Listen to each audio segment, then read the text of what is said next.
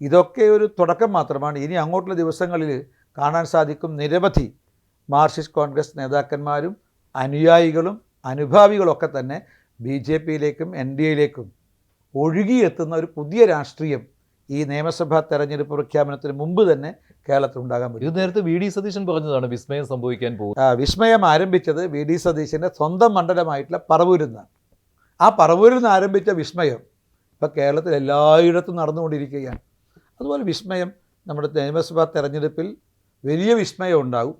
അത് കാണാൻ പോകുന്നേ ഉള്ളൂ. ഞാൻ ചോദിക്കുന്നത് LDFൻ്റെയും UDFൻ്റെയും സ്ഥാനാർത്ഥി പ്രഖ്യാപനം വരാനിരിക്കുന്നതേ ഉള്ളൂ. അപ്പോൾ അവിടെ ഒരു വിസ്മയത്തിനും കൂടെ BJP കാത്തിരിക്കുന്നുണ്ടോ? സ്വാഭാവികമായിട്ടും ഞങ്ങൾ എല്ലാ സാധ്യതകളെയും ഞങ്ങൾ പരിശോധിക്കും.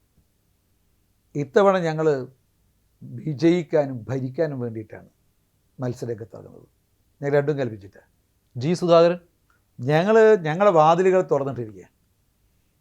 ഞങ്ങളെ പ്രത്യയശാസ്ത്രത്തെയും നരേന്ദ്രമോദിജിയുടെ നേതൃത്വത്തെയും അംഗീകരിക്കുന്ന ആരെയും ഞങ്ങൾ രണ്ട് കൈയും നീട്ടി സ്വീകരിക്കും. അല്ല, സുധാകരൻ അങ്ങനെ മോദിയുടെയും അതുപോലെ തന്നെ BJPയുടെയും പ്രത്യയശാസ്ത്രത്തെ താല്പര്യത്തോടെ കാണുന്ന ഒരാളായിരിക്കാൻ ഇടയില്ല. അല്ല, അത് അദ്ദേഹമാണ് വ്യക്തമാക്കേണ്ടത്. പക്ഷേ സുധാകരനോട് ഞങ്ങൾക്ക് ആദരവുണ്ട്. അദ്ദേഹം അഴിമതിയുടെ കറപുരളാത്തൊരു നേതാവാണ്. ഒരു പൊതുപ്രവർത്തകൻ എന്ന നിലയ്ക്ക്, രാഷ്ട്രീയ പ്രവർത്തക നേതാവ് എന്നുള്ള നിലയ്ക്ക് ഒരു മാതൃകയാണ്.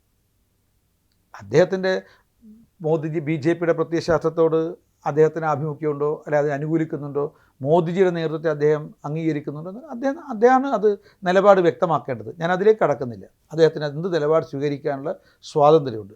പക്ഷേ അദ്ദേഹത്തിനോട് ഞങ്ങൾക്ക് ആദരവുണ്ട്, ബഹുമാനമുണ്ട്. അദ്ദേഹം BJPയിലേക്ക് വരാൻ തയ്യാറാണെന്ന് പ്രഖ്യാപിക്കുകയാണെങ്കിൽ ഞങ്ങൾ അക്കാര്യത്തെക്കുറിച്ച് പരിശോധിക്കും. പാർട്ടി ഉചിതമായ തീരുമാനം കൈക്കൊള്ളും.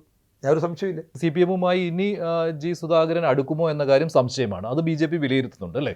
സ്വാഭാവികമായിട്ടും ഞങ്ങൾ ഓരോ മാർക്സിസ്റ്റ് പാർട്ടിക്ക് അകത്തുള്ള ഓരോ ചലനത്തെ ഞങ്ങൾ വിലയിരുത്തുന്നുണ്ട്.